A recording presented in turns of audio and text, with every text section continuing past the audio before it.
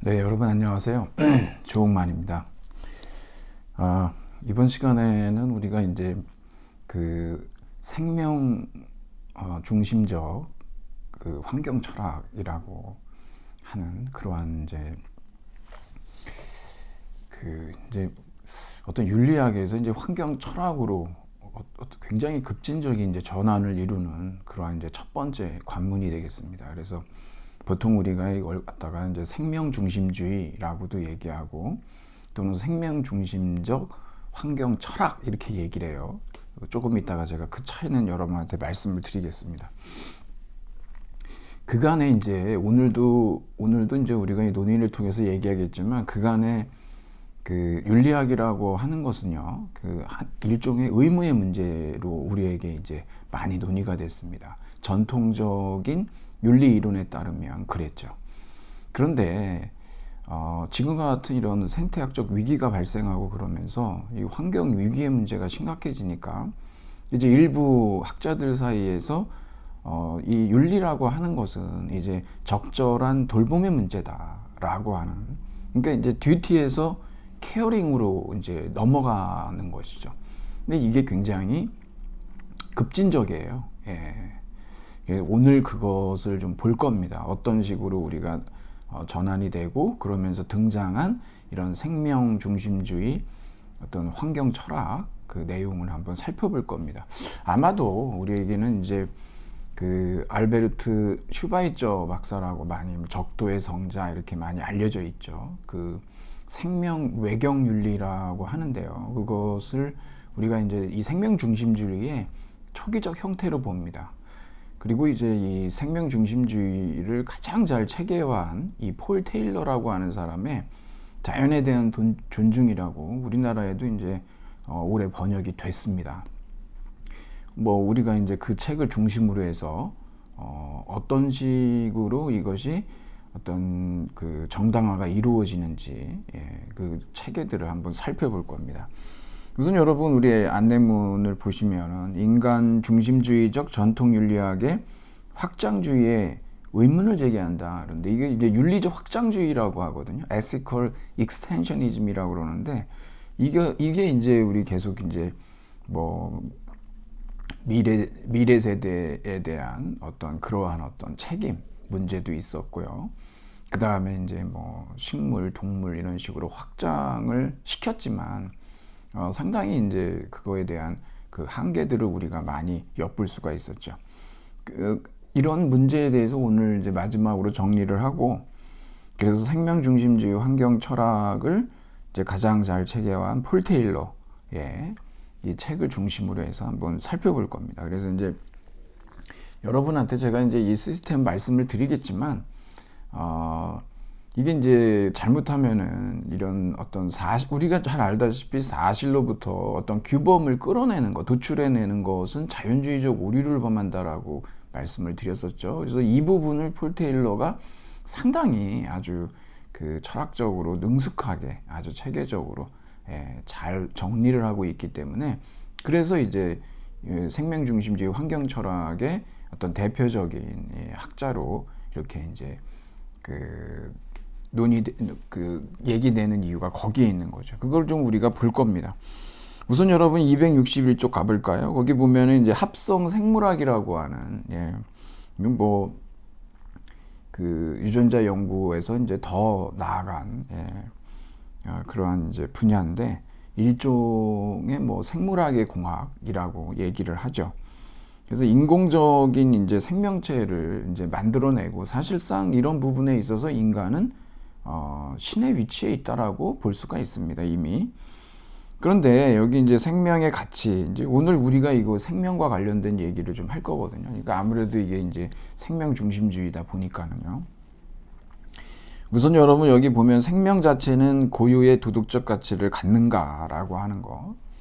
뭐 우리가 이제 앞에서 moral standing이라고 보통 얘기하죠. 도덕적 지위의 기준으로서 얘기했던 것은 결국에 뭐 감각이라든가 의식이라든가 뭐 이런 것들, 어떤 뭐 이성 이런 것들이죠.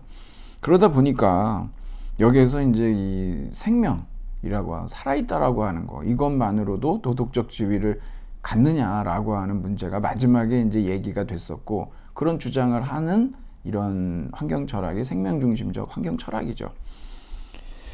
그래서 생명 중심 윤리학은 생명의 고유한 가치를 가치의 근본 원리로 보는 그런 접근 방법이다. 이걸 이제 오늘 얘기를 할 거지만, 여러분, 이런 그 생명 중심주의가요, 왜 등장을 하느냐 그러면, 우리 생물 다양성 또는 생명 다양성 이런 논의들이 있죠. 이런 협약도 있고 그러는데, 그래서 이제 여기에 대해서 이 생명 다양성에 대한 이론적인 지침이 무엇이냐 그러면은 이런 생명 중심적 환경 철학이에요. 그래서 이 얘기가 나오는 겁니다, 이게. 그럼 여러분, 다른 것들은 좀 여러분들 읽어보시고, 263쪽으로 가면은 우리가 이제 기후위기 또는 글로벌 워밍에 대해서도 얘기하면 항상 이제 양쪽에서 한쪽에 이제 회의론자들이 있고, 한쪽에는 이제 그 글로벌 워밍을 이제 지지하는 사람들이 있는데, 여기에서 이제 논란이 되고 있는 것은, 그렇죠, 이 지구가 뜨거워지고 있다, 기온 상승한다라고 하는 건 양쪽이 다 인정을 합니다. 예, 처음에는 안 했죠, 회의론자들이. 근데 이제 지금은 인정을 하는데, 그 원인이 어디 있냐 가지고서 지금 의견이 많이 달라요. 뭐냐 그러면은 그것이 인간의 활동 때문이냐 아니면 자연 현상이냐. 똑같습니다. 여기 지금 멸종률이 있잖아요.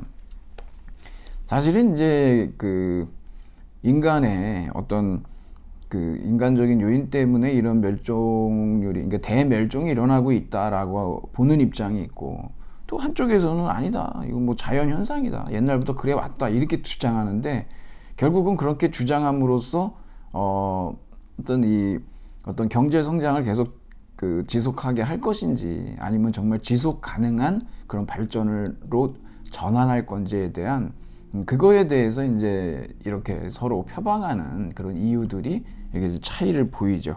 여기도 보면은 이제 그런 얘기들이 나오는 겁니다. 이제 어느 입장에 서 있는 과학자들이냐에 따라서 상당히 이제 대표성을 갖고 책도 쓰고, 있습니다, 여러분. 그렇게 우리가 이 기후 위기 관련해서도 마찬가지죠. 그래서 여러분들이 이쪽의 주장을 들으면은 이쪽 말이 맞는 것 같고, 다 과학자거든요. 또 이쪽 말 들으면은 또 이쪽 말이 맞는 것 같고, 그래서 많은 분들이 왔다 갔다 하시기가 쉬운데, 그렇기 때문에 좀 많이 우리가 공부를 잘 해봐야 돼요. 왜냐하면 속이는 부분들이 있는데 서로 속였다고 또 하고 그러거든요. 상당히 재밌습니다, 그런 부분들을 보면. 사실 여러분, 우리가 이제 이 페이크 뉴스라고 하니 가짜 뉴스 있잖아요. 이 가짜 뉴스는 보통 700년씩 가요. 제가 여기서 여러분들 또 불편하실 수가 있어서 이게 또 얘기하기가 좀 그렇긴 한데, 그냥 뭉뚱그려서 얘기하자면, 뭉뚱그려서 얘기를 좀 드리자면, 어떤 종교의 창시자들의 이 탄생 비화들을 보고 그러면 정말 보통적인 탄생이 아니잖아요. 그래도 다들 그렇게 믿는 거죠. 오래 가죠. 하여튼 그렇게 한번 생각해 보세요, 여러분. 그러니까 인간이라고 하는 존재는 유발 하라리가 사피엔스라고 하는 책에서도 그러지만, 인간은 허구를 만들고 믿는 그런 독특한 종이에요. 그래서 이렇게 인류의 역사 발전이 있는 것이죠.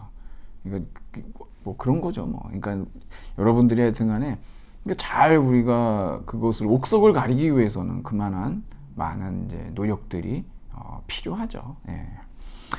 그 정도로만 말씀을 드리겠습니다. 그리고 여기 이제 합성 생물학, 이 생물학의 공학이라고 하는 것이 이제 등장을 했는데, 아주 놀랍습니다, 사실상. 이게 단순히 유전공학 차원이 아니라는 거예요. 264쪽에 두 번째 단락 가보면은 이 합성 생물학하고 유전공학의 차이가 나오는데, 유전공학이라고 하는 거야 결국 유전자 조작이잖아요.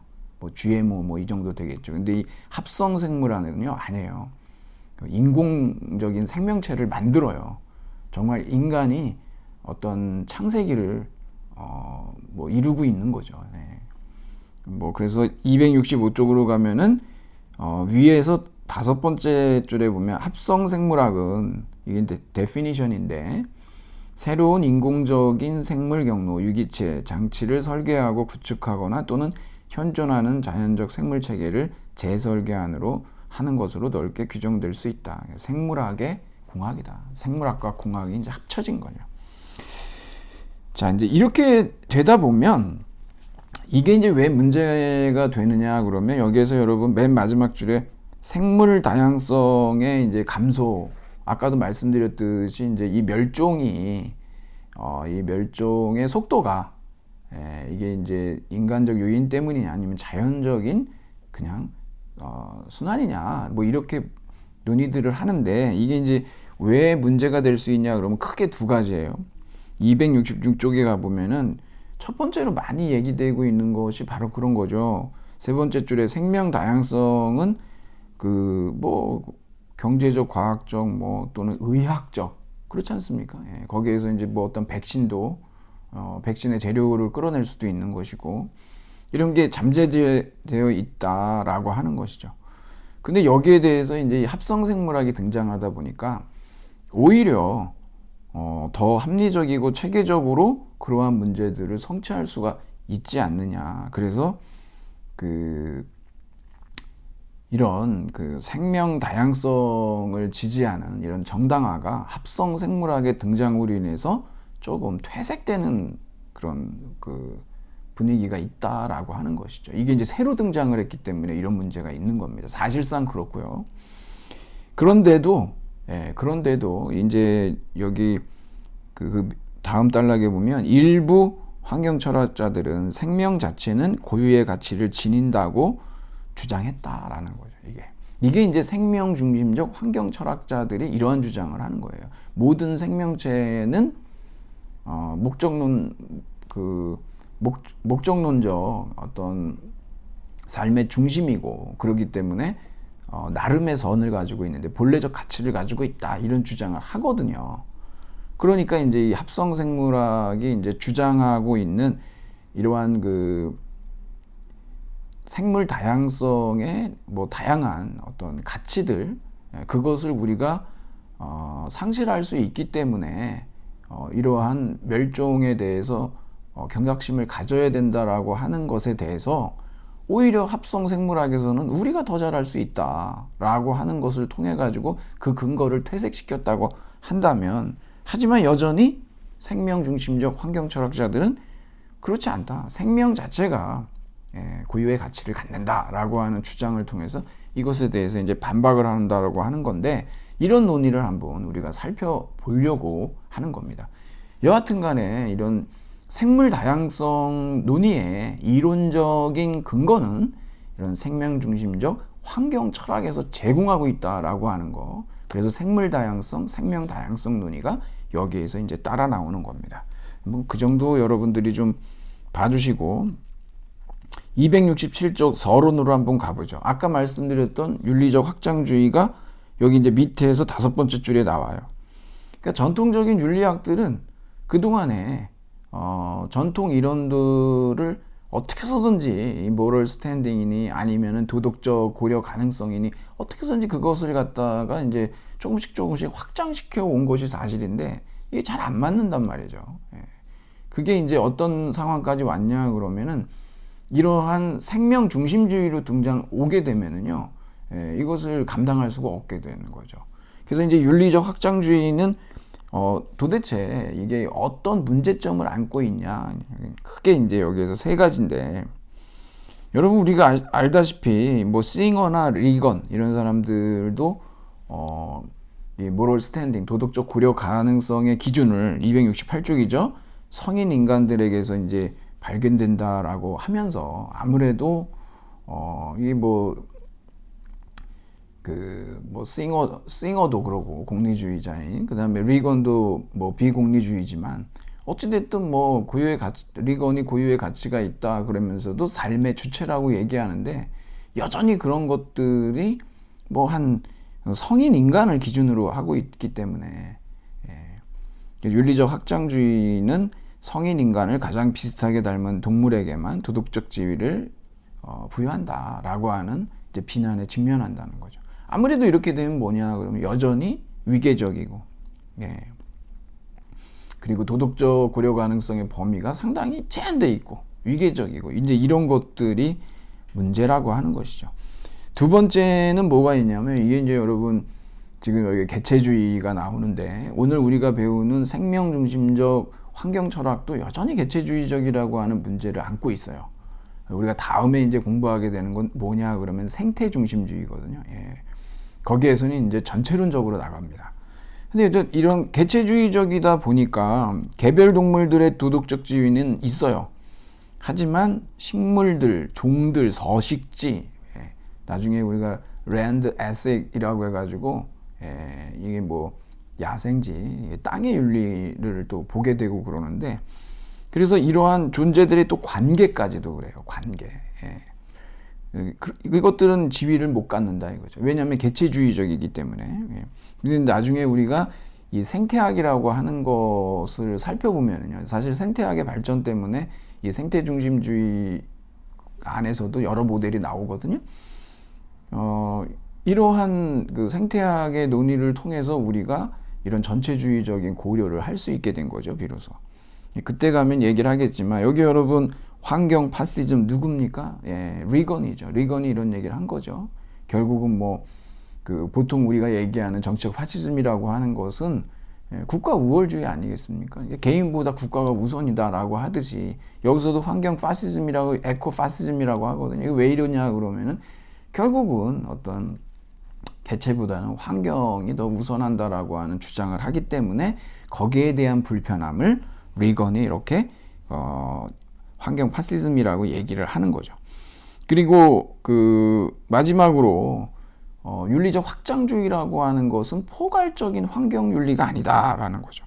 예, 이게 그러다 보니까 269쪽으로 가보면 그 동물의 권리를 포함시키려는 윤리학의 확장은 여러분 이게 기존의 그 전통 이론의 확장주의로는 지구 온난화라든가 오염이라든가 이런 문제는 다루지도 못해요. 그리고 또 하나는 여기에서 좋은 삶이 어떤 것이야 하는지에 대해서 지침을 제공하지 않는다. 이게 왜 이렇게 되냐 그러면 조금 이따가도 우리가 살펴보겠지만 기존의 전통적인 윤리 이론이라고 하는 것이 이 의무의 문제에 많이 치중했단 말이에요. 물론 아리스토텔레스의 덕윤리가 있지만 예. 근데 이 공리주의라든가 자연법론이라든가 아니면 이 의무론이라든가 이런 것들이 의무에 많이 치중했는데 이것이 이제 그 어떤 생태 위기나 환경 위기의 상황이 완전히 이제 그 기존의 어떤 논의하고 달라지는 상황이 발생하다 보니까 이제는 이런 그 인간 대 인간 또 뭐 도덕적 지위를 확대한다라고 하더라도 인간에 준하는 어떤 존재들이죠. 이걸로는 해결이 안 된다는 겁니다. 이게. 그렇기 때문에 좀 더 포괄적인 그러한 환경윤리학이 필요하다라고 하는 것이죠. 그러기 위해서는 정말 이런 좋은 삶이라고 하는 이런 논의가 나올 수밖에 없는 거죠. 어떤 게 정말 가치 있는 삶이냐. 그래서 그 다음 단락에 보면 표준적인 윤리 이론과의 관계를 단절하고 이거 완전히 이제는 그 패러다임의 전환이에요. 그래서 이런 말을 씁니다. 그래서 인간과 자연의 관계를 재정립한다. 그동안에는 인간 중심주의이기 때문에 자연은 하나의 자원으로 봤단 말이죠.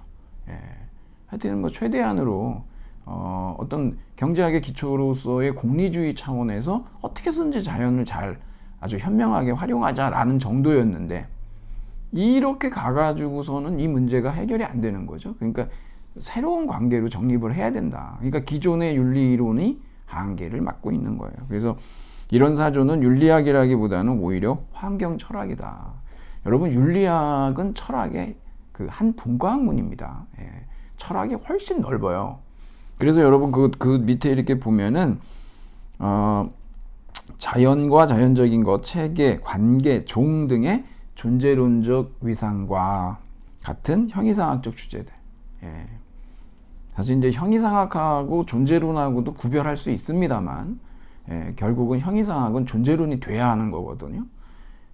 이거 하여튼 이런 형이상학적 주제 그리고 기술적 주장과 규범적 주장 사이의 논리적 관계에 대한 인식론적인 주제들, 우리 이제 자연주의적 오류 뭐 이런 거 얘기하잖아요. 오늘도 이게 나오겠지만, 그리고 이제 뭐 아름다움과 본래적 가치 같은 미학적 주제, 그리고 시민 불복종과 뭐 환경 정의, 또는 이제 나중에 우리가 살펴보겠지만 여러분 에코 테러리즘이라고 있죠.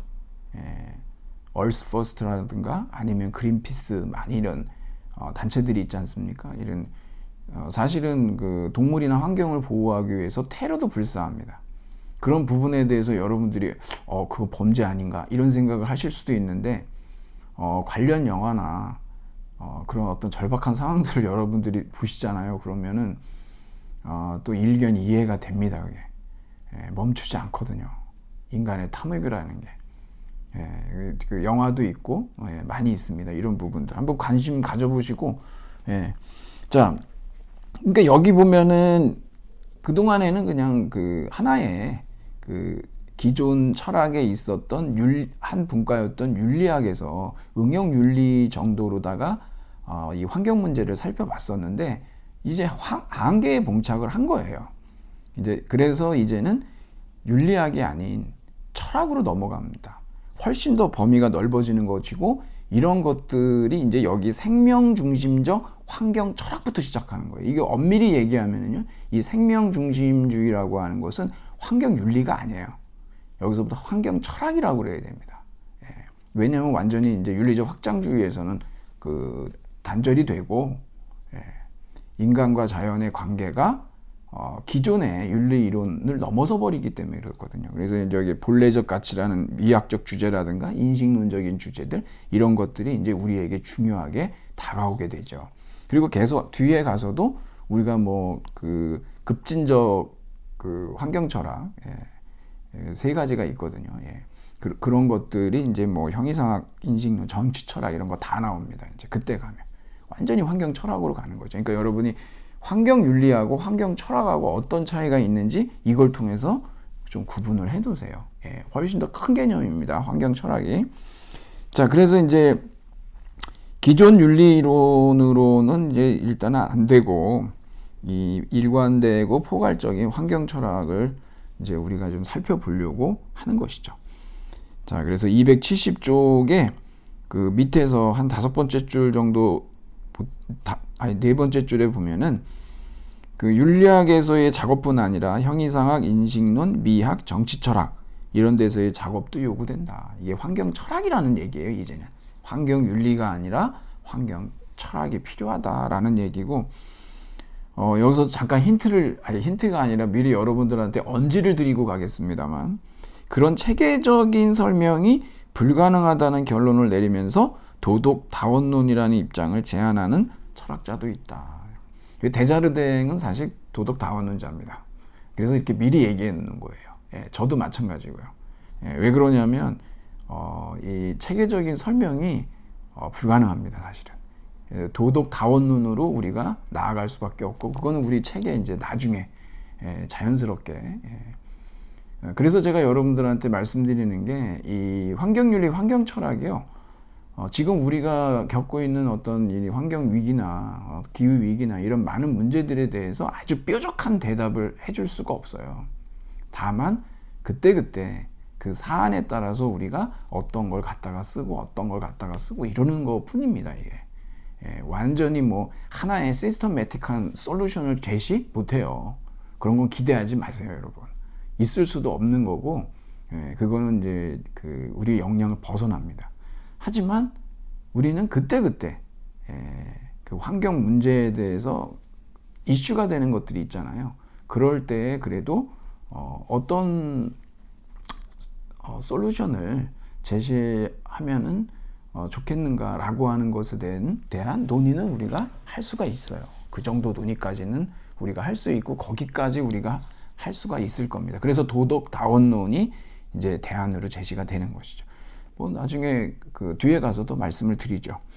자, 그러면 271쪽에 그 도구적 가치와 본래적 가치가 있는데, 아까 말씀드린 것처럼 이게 미학이에요. 이게 미학의 논의이기 때문에 이게 환경 철학이 되는 겁니다. 이게 이제 여러분 우리가 읽어보면 도덕성에 대한 물음하고 가치에 대한 이 물음하고 어떤 식으로 좀 차이가 있나 그러는데, 일단 여러분 우리가 가치 유형을 한번 보도록 하죠. 한번 여러분 쭉 읽어보시고 273쪽에 두 번째 단락에 보면 두 가지 가치 유형이 나와요. 이거는 뭐 많이 나오는 거니까, 도구적 가치와 본래적 가치가 있거든요. 이거 여러분 여기 나온 거를 정리해 보면 금세 이거는 뭐 알 수가 있습니다. 여러분들 뭐 과제도 그러지만, 도구적 가치는 유용성의 함수다. 이거 경제적 유용성입니다, 여러분. 그래서 거기 밑에도 보면 어떤 용도, 이렇게 자연 대상의 도구적 가치다 그러면 뭡니까? 자원으로 보는 거죠. 리소시지로 보는 거예요.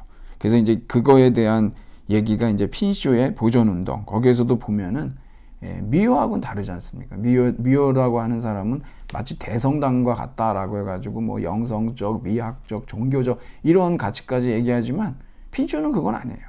현명하게 이용하자라고 하는 거니까. 이게 도구적 가치를 이렇게 얘기한다라고 하는 것이고,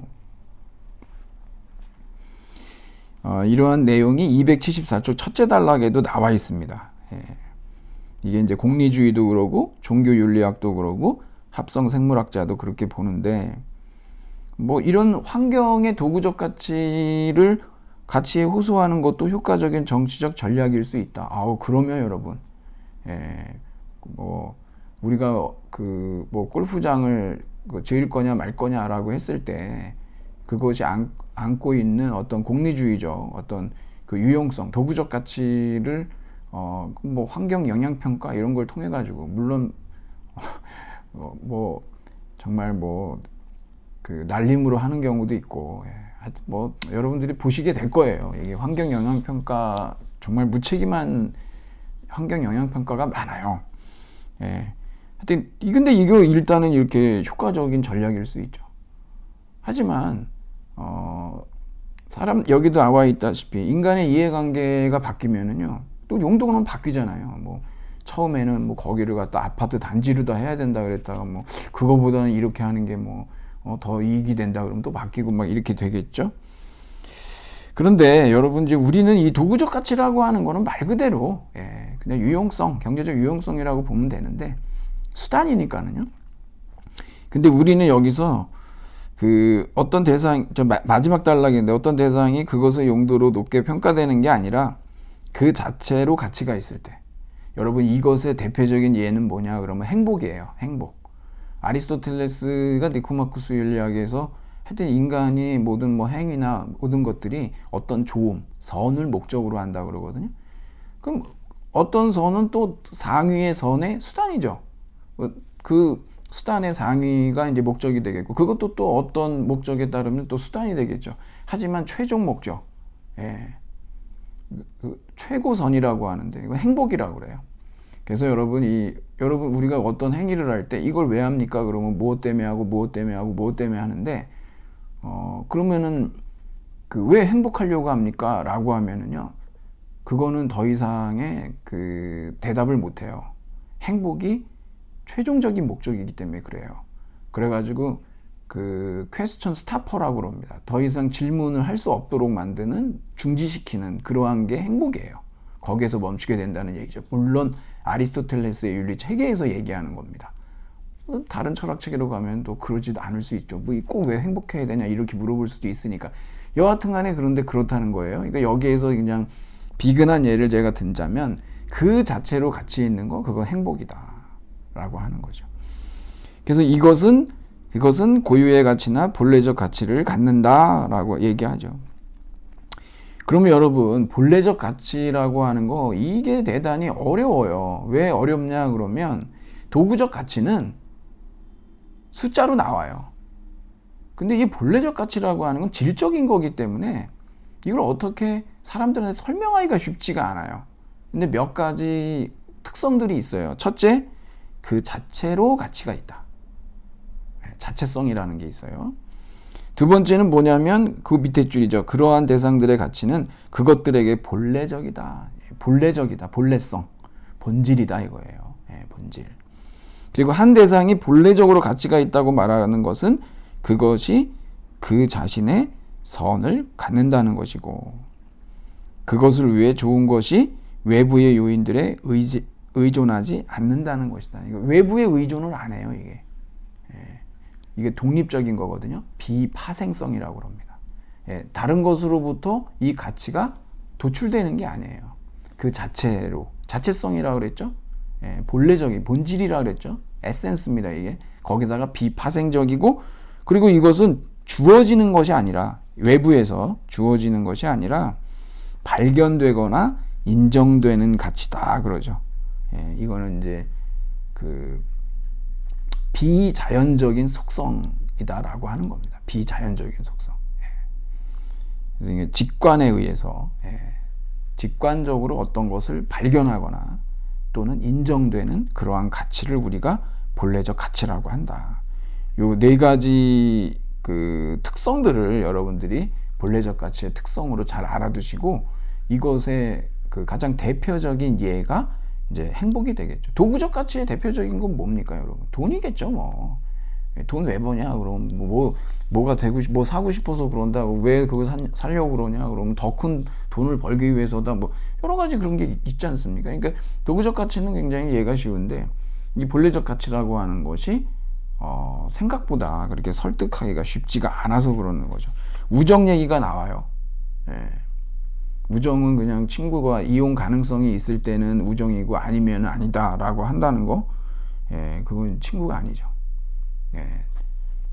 필리아라고 하는 것은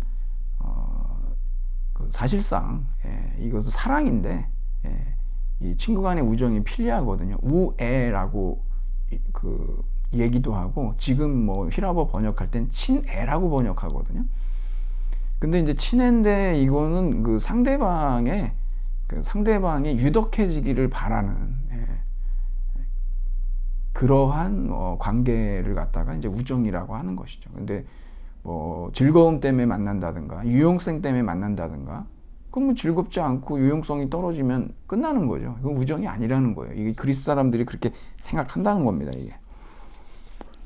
자, 그래서 여러분 우리는 이제 277쪽으로 가보면, 거기 위에서 두 번째 단락에 보면 그 본래적 가치에 대한 보다 일반적인 논의로의 전환을 필요로 한다라고 하는데, 본래적 가치에 호소하는 것이 종종 회의주의와 마주친다. 쉽지 않다는 거예요. 왜 그러냐 그러면, 많은 사람들이 뭐 그런 게 있나? 이게 우리 더 생각해 보기에도 나오지만, 그 가치라고 하는 건 밸류인데, 어떤 가치를 평가한다는 건데, 평가는 평가자가 없는데도 존재하는 가치가 있어? 뭐 이렇게 얘기가 된다는 거죠. 왠지 모르게 무슨 망상 같기도 하고.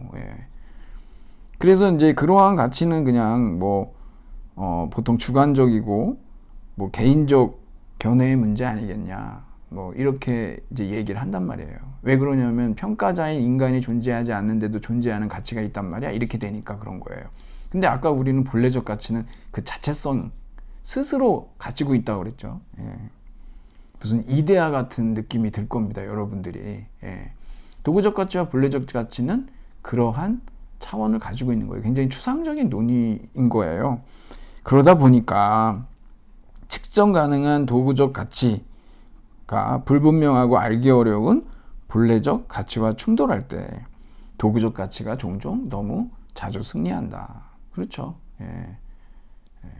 경제적 타당성, 그 유용성, 그거를 갖다가 숫자로 제시했을 때 사람들이 거기에 더 설득력을 갖게 되지, 추상적인 아름다움, 뭐 미적 가치 이런 거 얘기하면 그거 뭐 개인마다 다른 거 아닌가, 뭐 그런 얘기를 하게 되고,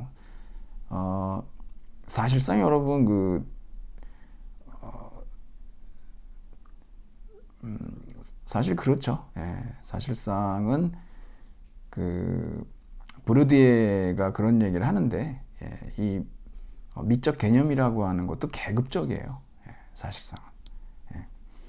칸트가 얘기하는 그러한 어떤 순수한 아름다움이라고 하는 것은, 그거는 굉장히 귀족미학이고, 민중미학으로 가게 되면 계급적 요소가 강합니다. 취향이 다 다르잖아요. 취향의 차이는 결국 계급의 차이거든요. 근데 제가 여기서 그렇게까지 얘기하기는 조금 너무 이제 사회학적으로 나가버린 것 같고, 여하튼 간에 그만큼 어려워요, 이런 문제들이. 그래서 생명 자체가 본래적 가치를 갖기 때문에 인간은 그것에 책임이 있다고 주장하는 이제 견해들이 있는데, 그걸 한번 살펴보겠다는 겁니다. 네. 한번 이렇게 이 논의는 그러니까 생명 중심주의 환경 철학의 이 논의 자체는 의미가 있어요. 예. 근데 이제 이 도구적 가치와 본래적 가치에 대한 이러한 이제 철학적인 담론들이 사실 본래적 가치에 대한 증명이 그렇게 녹록하지 않다라는 정도로 여러분들이 생각해 보시면 됩니다. 왜냐하면 그건 우리가 그동안에 너무 지나치게 전통적인 어떤 철학 개념들이 다분히 인간 중심주의적이었기 때문이고, 거기에서의 어떤 패러다임의 전환을 우리가 가져오려고 하다 보니까 그런 데서 겪는 어려움도 분명히 있다는 거죠. 예. 그런데 이런 생명 중심의 윤리학과 생명 외경 그랬는데, 이제 여기에서 누가 등장하냐 그러면 우리는 지금 사실은 도시 생태계 속에 살아가지고 이 슈바이처가 경험했던 아프리카의 그 초원 또는 사막 뭐 이런 데서의 어떤 소위 외경이라고 하는 거 있죠. 생명 외경. 뭐 우리가 읽어서 알겠습니까? 근데 그런 데서 정말 삶을 꾸려나가는 사람들은 우리가 상상하는 거하고 굉장히 많이 다를 겁니다. 이게. 그러니까 이제 아스팔트 위에서 태어나서 아스팔트 위에서 살다가 죽는 사람들과 그래도 흙냄새를 맡고 그런 삶을 살았던 사람의 정서는 같을 수는 없잖아요. 자, 생명 중심 윤리학. 이건 모든 생명이 본래적 가치를 지니고 있다고 보는 이론을 지칭한다. 예. 여기서 여러분 이제 본래적 가치 우리가 앞에서 봤습니다. 네. 자, 그러면 이 두 번째 단락에 보면은 생명 중심 윤리학의 초기 형태는 이 슈바이처죠. 생명 외경 원리라고 합니다.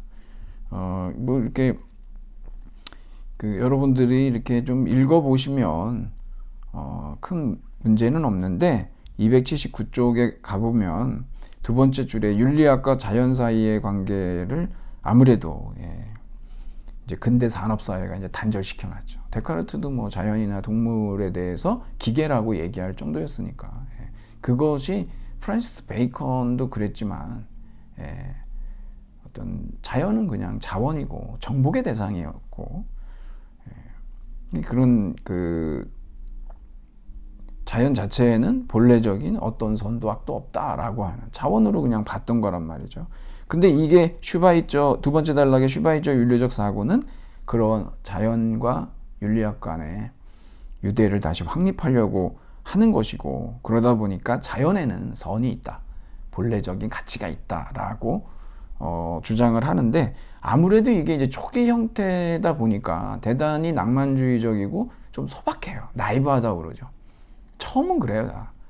그거를 갖다가 이론화하고 정당화한 사람이 폴 테일러예요. 근데 어찌됐든 여러분, 꿈이 있어야 뭐 저 해몽도 있는 거 아닙니까? 시작이 있어야 끝이 있으니까, 이렇게 이 슈바이처가 이러한 운을 띄웠기 때문에 여기에 대한 더 체계적인 논의가 나왔다라고 할 수 있기 때문에 상당히 중요한 역할을 했다라고 우리가 봐야 되겠죠. 여기 지금 여러분 독일어가 있는데, 원래 사용한 독일어가 생명 외경이라고 하는 독일어가요. 에르푸트 포뎀 레벤 이렇게 나왔는데, 여기 에르푸트라고 하는 것이 경애와 경의의 태도. 그래서 이걸 외경, 이거 두 글자 뒤하고 앞을 딴 거예요. 그래서 생명 외경. 존경과 두려움이 결합된 태도라는 거죠. 생명이라는 게. 참 이거 여러분 도대체 생명이 뭘까라고 했을 때, 이 슈바이처가 여기에서 이제 이렇게 정말 아프리카에서 그러한 어떤 선교 활동을 하면서 봤던 자연, 뭐 우리 뭐 영화 같은 데서 보면은 뭐 아웃 오브 아프리카 이런 데 보면은 뭐 아우 정말 장관이죠. 그리고 그 속에서 사실 영화로 보는 거하고 직접 가보는 거하고도 큰 차이잖아요. 사실 우리 아프리카 잘 모르죠. 뭐. 자, 여하튼 여기 보면은 그 인용문을 한번 볼게요. 280쪽에 생각하는 존재가 된 인간은 그 자신의 생명을 외경하는 것과 똑같이 모든 살려는 의지에게도 똑같이 외경하고자 하는 충동을 느낀다. 예, 이게 바로 도덕의 절대적이고 근본적인 원리다. 예. 살려는 의지. 예. will to live라고 하는데 이 살려는 의지. 제가 이제 뒤에서도 뭐 얘기를 뭐 여기서 우리가요, 여러분 우리 동양의 고전 중에 예, 그 사서 중에 여러분 이제 중용이라고 있습니다. 예, 도노맹자 중용대학이잖아요. 그래서 중용이 있네. 중용의 제1장 첫 번째 등장하는 구절이 뭐냐 그러면 천명지 위성이라고 그래요. 되게 유명해요, 이 중용에서.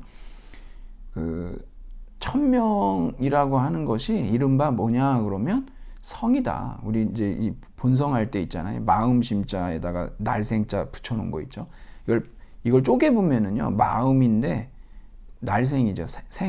산다는 거잖아요. 살려는 의지예요. 살려는 마음. 그게 뭐예요? 천명. 이 모든 생명은 살려고 의지를 해요. 살려는 마음이 있다는 거예요. 살아가려고 하거든요. 예. 왜 그럴까요? 예. 그 개체적인 그런 살려는 의지, 욕망이 이 개체들에게는 성인데 전체를 얘기한다면 그게 천명이라는 거예요. 하늘이 명한 거라는 거예요. 하늘이 명한 것을 성이라 한다. 그게 뭐냐면 살려는 의지다. 그러니까 이 세상 모든 생명이 다 살아가려고 의지한다는 거죠. 예. 그러니까 아주 다른 말이 아니에요, 사실상. 예.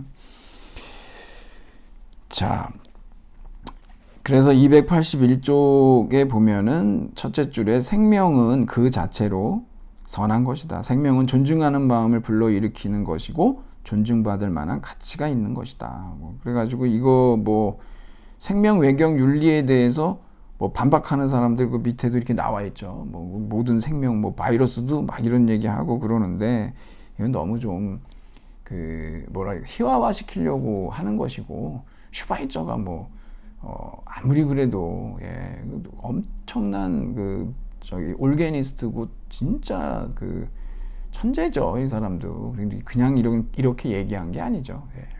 오히려 생명에 대한 엄청난 통찰에 기반해서 이런 얘기를 한 건데 이런 식의 얘기를 하는 겁니다. 그러면 282쪽으로 한번 가볼까요?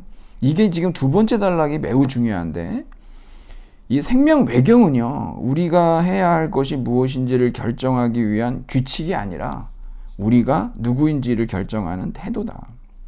행위 규칙이라고 한다 그러면 이게 기존의 전통적인 이론이에요. 그러니까는 에식스를 의무의 문제로 보게 되면 행위 규칙이 돼버려요. 근데 이거 아니라는 거예요, 이제. 이제는 뭐냐 그러면은 적절한 돌봄의 문제로 윤리학이라는 거예요. 사실은 이거는 단순한 에식스라고 하기 어렵고 필라소피라고 해야 되겠죠. 그러니까 이제는 행위 규칙이 아니라 성격 특성, 도덕 덕목, 이 덕윤리예요. 덕윤리. 여러분들이 여기 한번 쭉 나머지는 읽어보시고 여하튼 간에 윤리학과 성품으로 4번으로 한번 넘어가 보죠.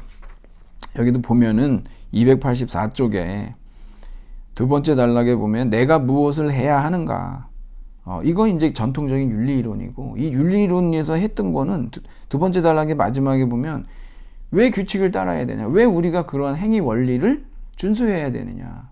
예, 왜 우리가 도덕 원칙에 복종해야 되느냐. 이익이라는 거예요. 예. 그게 자기 이익이기 때문에 그렇다라고 하는 게 전통적인 윤리 이론의 근거였어요. 정당화 근거였는데 슈바이처는 그게 아니에요.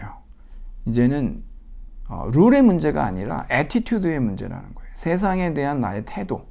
그래서 여기 마지막에 밑에서 세 번째 줄에 보면은 슈바이처의 윤리학은 내가 무엇을 해야 하는가라고 하는 이런 어떤 행위 규칙이 아니라 룰의 문제가 아니라 나는 어떤 유형의 인간이 되어야 하는가. 이게 덕윤리예요.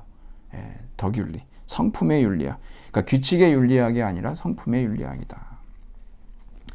그러니까 여기 285쪽도 그러한 얘기가 쭉 나오고 있습니다. 그러니까 여러분들이 한번 여기에서 이제 규칙 윤리학하고 성품의 윤리학, 덕윤리학이 어떤 차이가 있는지를 보시고 286쪽의 첫 번째 단락을 보면 결국은 뭐냐 그러면 자연에 대한 근본적인 태도를 바꿔라. 즉 뭐냐, 자신을 변화시킬 것을 요구하는 게 바로 덕윤리학이라는 거죠. 당신은 어떤 유형의 인간이 될 것이냐, 당신이 세상에 대한, 자연에 대한 당신의 태도는 뭐냐라고 하는 거라는 거예요. 그것을 이제 요구했던 거죠.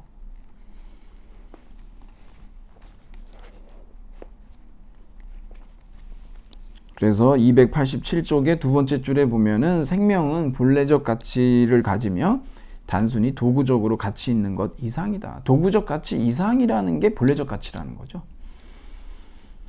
자, 그러니까 여기서는 이제 그 윤리학의 정당화가 자기 이익에 호소하는 것이 아니고, 어떤 그 태도 변화에 달려 있다는 거죠. 이미 생명 외경을 하는 태도를 가진 사람에게 무슨 정당화가 필요하겠습니까? 이것을 갖다가 좀 더 발전시키고 체계화시킨 사람이 이제 폴 테일러고, 여기가 이제 좀 핵심이 될 겁니다, 여러분. 우선 제가 이것을 읽어가기 전에 여러분에게 하나의 이렇게 구도를 말씀드릴 텐데, 그것을 알고서 접근하시면 되게 쉬워요. 뭐냐면은, 여러분, 우리가 알다시피 사실로부터 어떤 규범을 도출해낼 수가 없습니다. 사실에서 당위를 끌어내게 되면 자연주의적 오류가 된다라고 했죠. 끌어낼 수 있는 방법은 뭐냐 그러면은 사실은 사실적 주장에다가 어떤 의지가 들어가야 돼요. 인간의 의지가. 그러면 당위를 끌어낼 수가 있어요. 그래서 제가 간단하게 먼저 말씀드리고 진행을 해보면 어떻게 되냐면, 사실적 주장으로서는 뭐냐 그러면은 목적론적 삶의 중심이라고 하는 거. 그러니까 모든 생명체는 선을 가진다라고 하는 거. 왜? 목적론적 삶의 중심이기 때문에. 이게 존재하는 것의 선이죠. 존재의 선. 이게 사실적 주장이에요. 왜? 생물학적인 증거에 의해서 우리는 알 수가 있기 때문에 그래요. 여기에 뭐가 등장하냐 그러면은 자연에 대한 그 생명 중심적 관점이 등장을 해요. 이게 한 4가지가 나오는데, 이러한 관점을 여러분들이 받아들이지 않습니까? 의지행위잖아요. 그러면 뭐가 나오냐 그러면은 모든 생명이 고유한 가치를 갖고 있고, 그렇기 때문에 우리는 그 모든 생명체에 대해서 인간뿐 아니라 인간 외의 다른 생명체에 대해서도 동일하게 도덕적 의무를, 책임을 지게 된다라고 하는 거예요. 그런 규범적 주장이 따라 나오게 돼 있어요. 그것을 제가 살펴볼 겁니다. 요 의지의 차원 있잖아요. 데이빗 휴미 주장했지만 어떤 인간의 의지가 들어가지 않으면 규범이 나올 수가 없어요. 그러니까 그 의지를 찾아내야 되는데, 그게 바로 자연에 대한 생명 중심적 관점. 그러니까 생명 중심적 관점, 이게 없으면 당위를 못 끌어내요. 이게 이제 나올 겁니다. 그러니까 여러분들이 그렇게 아시고 이걸 한번 들어가 보죠. 그래서 288쪽으로 가면 먼저 여기 인용문 바로 밑에 보면 테일러는 이 설명과 정당한 과정이 여러 단계로 진행된다 그러죠. 제가 지금 말씀드린 그런 단계로 가요. 첫 번째는 뭐냐면, 모든 생명체는 목적론적 삶의 중심이기 때문에. 여러분, 여기 목적론적 삶의 중심이라고 하는 거는 조금 있다가 뒤에 나오는데, 여러분, 모든 생명은 어떤 생물학적인 과정을 갖습니까? 성장, 발전, 지속, 번식, 이런 것들을 하잖아요. 그거를 목적론적 삶의 중심이라고 그래요. 생명이 지향하는 목적이죠. 텔로스예요. 우리도 생존과 번식, 이거 찰스 다윈이 얘기했던 기본적인 거 아니겠습니까? 그러니까 그렇기 때문에 그 자신의 선을 갖는다 그러는데 이 좋음이죠, 좋음. 이게 뭐냐 그러면 본래적 가치예요. 예. 이것은 자체성이라고 그랬죠, 여러분. 그리고 이것은 본래적인 것이고 비파생적인 것이고, 예. 그리고 이것은 발견되는 것이고 인정되는 가치라고 그랬습니다. 그래서 이렇게 생명을 가진 살아있는 존재들로부터 따라 나오는 단순한 사실이다. 여기 이제 여러분 잘 보셔야 돼요. 근데 어떤 실제가, 뭐 엔터티는 뭐 존재라고도 하고 그러는데, 어떤 존재가 스스로 선을 갖는다는 것은 우리로 하여금 인간은 그 실제에 어떤 책임을 갖는다고 결론을 내리기 위해 필요하기는 하지만 충분하지는 않다. 충분하진 않아요. 왜 그러냐 그러면 여러분 제가 말씀드렸듯이 여기에 뭐가 와야 돼요? 의지가 들어와야 되거든요. 그래서 이 얘기를 하는 거고, 여러분이 294쪽 거기다 써놓으세요. 294쪽에 가면 이거에 대한 설명이 나올 거예요. 그러니까 지금 왜 이런 말을 하는지에 대해서 제가 그래서 미리 여러분한테 그 구도를 한번 말씀드린 거예요. 그러면 어떤 실제가 고유의 가치를 갖는다고 말하는 것은 그것이 선을 갖는다는 사실적 주장을 넘어서 이 실제가 도덕적으로 고유할 가치가 있고 도덕적 행위자들은 그 실제에 대한 의무를 갖는다는 규범적 주장을 하는 것이다 라는 거죠. 그렇기 때문에 이 고유의 가치, 여기서 지금 얘기하는 고유의 가치 그 밑에 각주도 있죠. 고유의 가치 영어가 달라요. 예. 톰 리건이 얘기하는 고유의 가치하고 다르다는 의미죠. 그러니까 사실로부터 규범을 도출할 수는 없어요. 이게 나오려면은 뭐가 필요하냐 그러면 289쪽으로 가보세요, 여러분. 거기 딱 나오죠. 자연에 관한 생명 중심적 관점. 요것을 이해하고 받아들여야 돼요. 예, 이걸 받아들일 때 이 도덕 행위자가 이걸 받아들이잖아요. 도덕적 주체, 도덕 행위자가 이걸 받아들이게 되면 의지가 들어가게 되는 거예요. 그러니까 어떤 실제가 고유의 가치를 갖는다라고 얘기를 하고 그게 규범적 주장이니까 고유의 가치를 갖는 것에 대해서 도덕적 의무를 우리는 행할 수밖에 없는 거거든요. 그렇게 따라 나온다는 겁니다. 자, 그리고서 이제 그런 얘기를 했다가 여기서 뭐 선 얘기가 있어요. 뭐 본래적 가치, 선 이런 얘기 하면서 뭐 여기서 실제적 선, 뭐 객관적 가치, 그 외견상의 선, 주관적 가치 뭐 이런 얘기가 있는데, 이 목적론적 삶의 중심이라고 하는 것은 이 외견상의 선, 겉보기만 그렇다는 거. 왜 우리 그런 거 있지 않습니까, 여러분? 정말 나에게 좋은 거가 겉으로 드러난 거하고 다를 때가 많잖아요. 이거 널 위한 거야 라고 어떤 사람이 얘기하지만 사실은 날 위한 게 아닌 경우들이 있죠. 그래서 이것을 갖다가 실제적 선과 외견상의 선이라고 이렇게 나눠놓는 거예요. 그리고 객관적 가치와 주관적 가치 이렇게 있는데, 실제적 선이 객관적 가치고 외견상의 선이 주관적 가치, 이렇게 여기서 나눕니다. 그러면서 목적론적 삶의 중심이라고 하는 것은 실제적인 선이면서 객관적인 선이에요. 여기 지금 뒤에 보면요, 여러분 그 인용문이 있는데 이 나비 얘기가 나와요. 여러분, 나비에게 실제적인 선하고 객관적인 선은 생물학적으로 우리가 증거를 통해서 알 수 있잖아요. 그 얘기하는 겁니다, 지금. 다시 한번 나오는데 291쪽의 두 번째 단락에 모든 생명체는 선을 갖는데, 무슨 선입니까? 이것이 바로 실제적인 선이고 객관적인 가치고 본래적 가치죠. 그 이유는 생명체들이 목적론적 삶의 중심이에요. 목적이라고 하는 건 맨 밑에 줄에 두 번째 줄에 있는데 성장, 발전, 지속, 번식. 여러분, 나비의 일생을 관찰해 보면 그 나비에게 어떤 환경, 그것이 가장 이 나비에게 성장이나 여러 가지 짝짓기라든가 여러 가지에 도움이 되는지를 우리가 그건 객관적으로 알 수가 있지 않습니까? 그 얘기를 하는 거죠. 그걸 가지고 밑에서 두 번째 단락에 맨 마지막 줄에 보면은 생태학적 위치나 기능, 니치라고 그러죠. 이게 아주 적소예요. 생태학적 적소를 얘기한다라는 거죠. 여러분들 한번 읽어보시고, 그래서 292쪽에 보면 두 번째 단락의 마지막에 보면 살고자 하는 의지는 아까 나왔었죠, 여러분. will to live라고 그랬죠. 천명지위성, 성장, 발전, 번식, 지속적인 삶이라는 생물학적 과정에서 분명히 드러난다라는 거죠.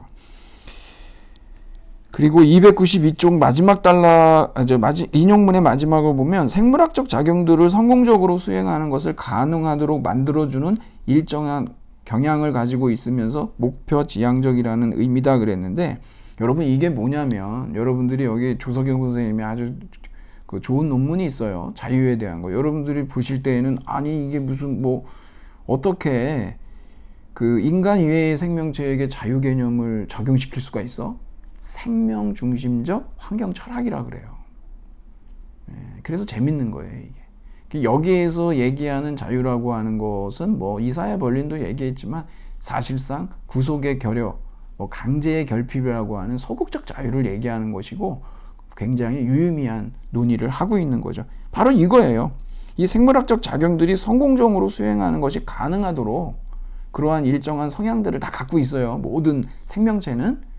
그거를 방해를 하지 말라는 거예요. 간섭하지 말고. 그게 자유의 의미예요. 여기에서 그 논문도 한번 잘 읽어보시고. 자, 그러면 여러분 이제 그러다 보니까 293쪽에 마지막 단락에 보면 테일러는 고유의 가치라는 개념을 참고로 해서 모든 생명체가 도덕적 지위를 갖고 우리는 그러한 생명체들에 대한 의무를 갖는다는 규범적 주장을 해명한다. 거기 이제 고유의 가치를, 모든 생명체가 고유의 가치를 갖는다라고 얘기하게 되면 그건 규범적 주장이 되게 되는데, 그럴 때 우리는 어떤 도덕적인 의무를 갖게 되냐 그러면, 첫째, 고유의 가치를 갖는 존재는 도덕적 고려 대상이다. 그 다음에 둘째, 모든 도덕 행위자는 고유의 가치를 지닌 존재의 선을 존중할 의무가 있다. 방해하면 안 되는 거예요. 그렇죠? 구속의 결여, 그게 자유잖아요. 그런 자유를 보장해야 된다는 거예요. 방해하면 안 돼요. 간섭하면 안 되고. 왜? 도덕 행위자로서 고유한 가치를 가진 존재에 대해서 그 존재의 선이 있지 않습니까? 실제적 선, 객관적 가치, 본래적 가치, 그것이 실현될 수 있도록 방해를 하면 안 된다는 거예요. 이것도 이제 그래서 자유가 얘기가 가능해지는 거죠. 그 논문 한번 여러분들이 보세요. 자, 294쪽으로 여러분 가보시면 아까 우리가 마지막 단락입니다. 아까 우리가 얘기했던 이거 빠지면 규범이 안 나와요. 그게 뭐냐? 자연에 관한 생명 중심적 관점. 바이오센트릭 아웃룩이라고 그러는데, 생명 중심적 관점을 갖는다는 건 일종의 믿음의 체계예요. 4가지가 있어요. 첫째, 인간은 모든 다른 생명체와 똑같은 의미와 조건에서 그냥 구성원이에요. 이건 뭐냐? 생명 중심적 평등주의예요. 여러분, 우리 인간하고 인간 이외의 다른 생명체가 평등해요. 놀랍죠? 이거에 대해서 이제 인간 중심주의의 아주 이렇게 경도된 사람 입장에서는 이게 말이 돼? 이런단 말이에요. 근데 이거 뭡니까? 생명 중심적 환경 철학은요, 탈인간 중심주의예요. 거기서 벗어난 거예요. 그래서 여기에서 굉장히 레디컬한 전환이 일어난 거고, 이게 패러다임의 전환인 거예요. 평등해요. 여기서는 생명 중심적 평등주의예요.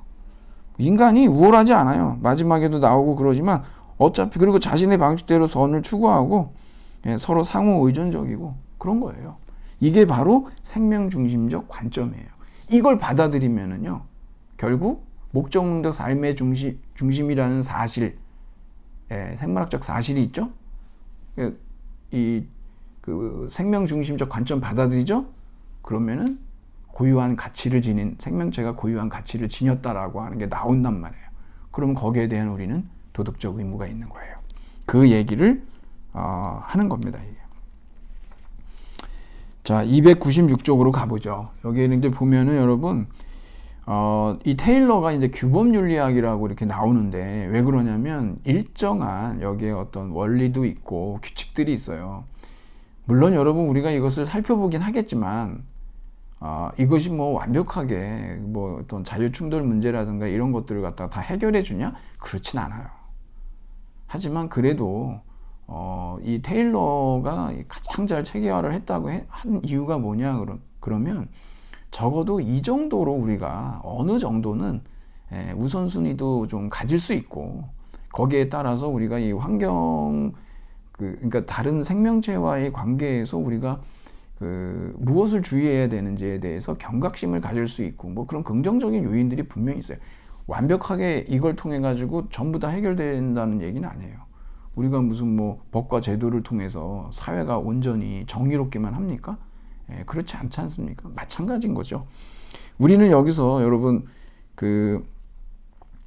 일단 두 번째 단락에 보면 자연에 대한 존중의 태도로부터 4가지 의무가 나온대요. 불침해, 불간섭, 성실, 보상적 정의. 여러분들이 이제 이것도 한번 읽어보셔야 되는데, 여러분 여기 불침해가 먼저 나오는데, 우리 기존의 전통적인 윤리 이론에서도 모든 도덕의 기초는 뭐냐? 그럼 위해 금지예요. 다른 사람한테 피해를 주지 말라는 거예요. 그게 가장 기본적인 거예요. 선을 행할 필요까지는 없어요. 그건 적극적인 의무고, 보통 소극적인 의미에서의 소극적 의무라고 하는 건 뭐냐 그러면 해를 끼치지 말아라요. 해를 끼치지 말아라. 그러니까 여기서도 불침해는 뭐냐면 해 끼치지 말라는 거죠. 그러니까 피해를 끼치게 될 행동하지 말고, 하지만 피해까지 방지할 정도의 적극적인 의무는 없다는 겁니다. 그런 의무는 없다. 그리고 이거는 아무래도 이제 도덕 행위자들에게만 해당이 되지, 뭐 인간을 제외한 포식성 동물에게 뭐 그렇게 하면 안 된다라고 가르칠 수는 없으니까 뭐 그런 얘기고요. 불간섭 마찬가지. 이거 여러분 불간섭 이게 뭘까요? 바로 우리가 이제 그 자유 개념에서 보듯이 구속의 결핍이라고 하는 거죠. 방해하지 말라는 겁니다. 간섭하지 말고. 이 불간섭의 의미, 이것도 소극적인 의미예요. 이게 그래서 여기 자유, 간섭하지 말 것 297쪽의 첫째 줄에 이렇게 나오잖아요. 그러니까 그 논문이 의미가 있는 거예요. 그리고 제가 여러분한테 많이 말씀드렸지만 여기도 이게 나오고 그러지만 낚시, 동물원, 덫을 놓고 이러는 거, 이런 것들이 이런 생명 중심적 환경 철학에서 어떤 문제를 안고 있는지에 대해서 여러분들이 한번 논문하고 이런 거 한번 찾아보시기 바랍니다. 제가 여기서 다 말씀드리면 좀 그렇죠. 자, 그리고 여러분 이 성실의 의무 있잖아요. 이거 한번 보세요. 이게 왜 문제가 되는지. 이거 야생동물에게만 해당이 된다라고 했습니다. 보상적 정의라고 하는 것은 뭐냐면 아무래도 298쪽에 위에서 한 7번째 줄 보면 기본적인 3가지 의무 중에 어느 하나라도 위반을 했다. 당연히 거기에 대해서 도덕적 균형을 복원시켜야 되기 때문에 보상적 정의가 필요하다라는 얘기고요. 그리고 3번째 단락에 보면 이것도 우선순위가 있어요. 불침해의 의무가 가장 기본이고 먼저고, 그 다음에 보상적 정의의 의무, 성실의 의무, 불간섭의 의무, 이렇게 순서가 있습니다. 이것도 한번 봐두시고, 298쪽의 마지막 단락이죠. 인간과 다른 존재가 이해관계가 충돌할 때, 이게 이해 충돌의 문제가 가장 크고, 이것 때문에 이제 논란이 좀 되는 거예요. 왜 그러냐 그러면은 그 인간이 다른 생명체와 여기 생명 중심적 평등주의에서는 같다 그러는데 정말 그래? 막 이러는 거죠. 내 목숨이? 막 이런 얘기가 나오는 거예요, 이게. 그런데 절대 중요한 건 뭐냐 그러면 이 세계에서는, 이 환경 철학 속에, 생명 중심적 환경 철학에서는 인간에게 우월성이 없어요. 아까 말씀드린 대로 생명 중심적 평등주의이기 때문에 그래요. 우월성을 주게 되면, 특권을 주게 되면 무너져요. 이 체계는 무너지게 돼 있어요. 그러니까 이것을 여러분들이 글자 그대로 이렇게 받아들이면 이건 뭐 결국은 의미 없네 이렇게 가는 게 아니고, 왜 이 폴 테일러가 이런 주장을 하는지, 최대한 그런 평등한 관계로 어떤 뭐 분배든 보상이든 이런 것들이 이루어질 수 있도록 해야 된다라고 하는 그 지향성으로 받아들여야지, 이것을 그냥 뭐 어떤 문자 그대로 가지고 논의를 하게 되면 우리가 이제 굉장히 이제 여기에 대해서 반감을 갖게 되고 반직관적인 입장에 있으니까요, 아무래도.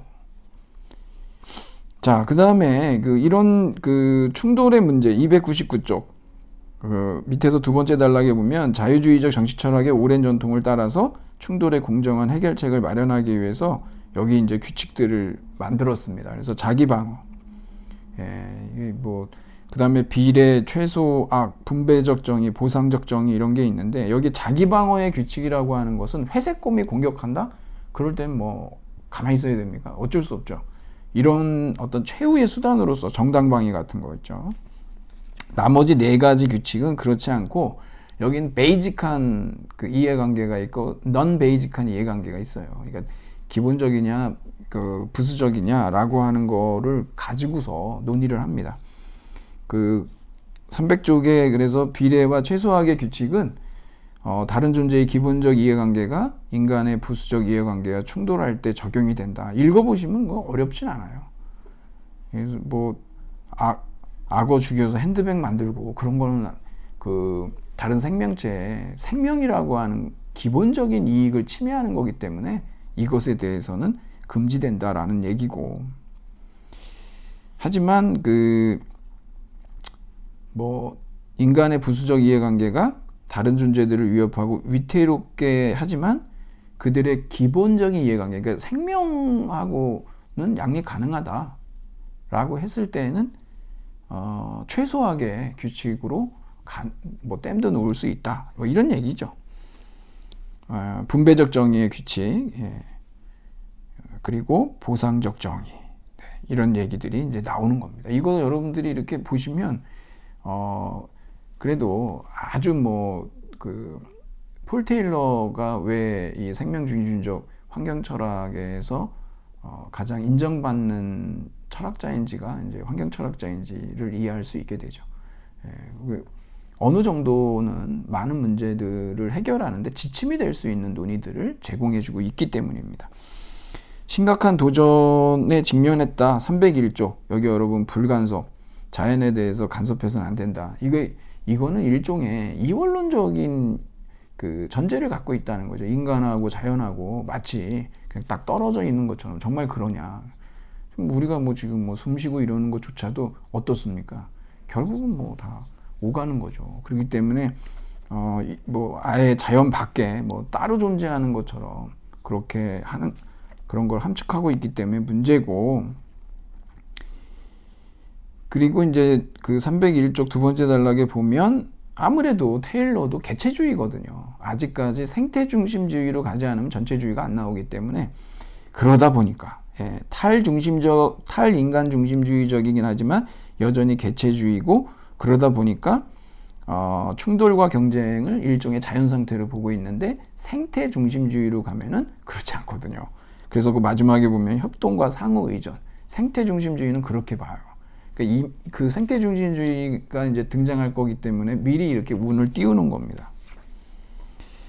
그리고 302쪽의 두 번째 단락에 보면 생명 중심적 평등주의를 포기하지 않고는 인간의 이해관계에 우선성을 부여할 수 없다. 여기 지금 파티오 놓는 거거든요.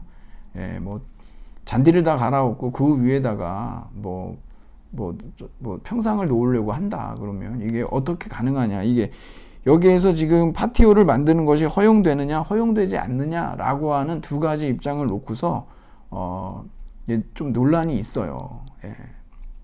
그래서 결국에 이 폴 테일러의 이 주장이 뭐 개체주의를 포기하고 이 전체주의로 갈 수밖에 없는, 그래서 이제 그러한 큰 결함들을 가질 수밖에 없다라고 하는 얘기를 하는데, 뭐 그러니까 그런 한계들을 갖죠. 예. 그게 뭐 어쩔 수는 없습니다. 이런 문제들이.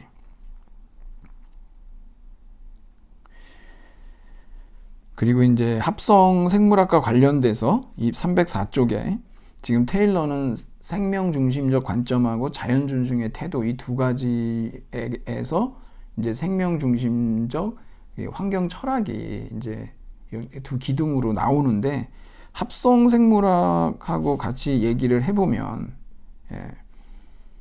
그러니까 이제 인간이 다른 생명체보다 더 우월하다라고 얘기할 수 있지 않냐. 왜? 인간이 그 신의 역할을 하거든요. 자, 인공적인 생명체를 만들기 때문에. 그런 얘기들을 이제 하는 거죠, 여기서도. 자, 그러면 여러분 307쪽에 5번 한번 볼까요? 생각해 봅시다. 테일러 입장에서 야생지나 강, 생태계에 이해관계는 선을 부여하는 것이 의미가 있냐? 그것들도 목적론적 삶의 중심이라고 할 수 있냐? 여러분 야생지나 강이나 생태계 이게 뭐 살아있는 것이냐라는 문제가 있죠. 이게 생명을 갖고 있냐?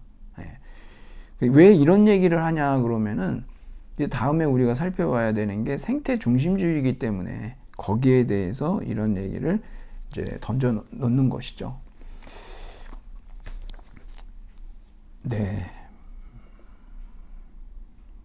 네, 이 정도로 우리가 이 생명 중심 윤리학, 생명 중심적 이 환경 철학하고 생명의 고유한 가치에 대해서 이 정도면 될 것 같습니다. 이거 지금 이번 장에서 아무래도 우리가 이제 근본적으로 인간과 자연의 관계를 재정립해야 된다라고 하는 의미에서 그간의 인간 중심주의가 자연을 하나의 착취의 대상으로 봤다라고 한다면 매우 중요하게 폴 테일러가 얘기하고 있는 것은 바로 자연에 대한 존중이라는 거죠. 예. 그래서 관계를 재정립해야 된다라고 하는 의미, 물론 의미도 있고 한계도 있습니다. 근데 그 모든 것들을 우리가 살펴본다 하더라도 분명한 것은 이러한 이론 체계를 통해서 어떤 사실로부터 그러한 당위를 끌어내는 이러한 체계적인 논의가 이루어졌다라고 하는데 상당한 좀 이제 그 가치를 우리가 부여할 수가 있는 것이죠. 네, 그러면 여러분들이 뭐 이 정도로 좀 말씀을 드리고 관련된 이런 과제들을 통해서 다시 한번 확인을 해보시면 될 것 같습니다. 예. 이제 우리가 그 기존의 전통적인 윤리 이론으로부터 이제 탈인간 중심주의라고 하는 영역으로 첫 발을 내디뎠는데 앞으로 이제 더 이제 생태 중심주의로 더 들어갔다가 그리고 다시 우리가 살고 있는 뭐 이런 사회 문제와의 관련 속으로 다시 돌아올 겁니다.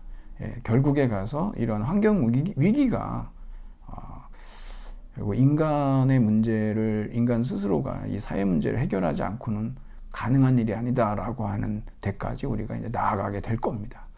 네, 오늘 그럼 여기까지 하도록 하겠습니다. 여러분 장시간 수고하셨습니다.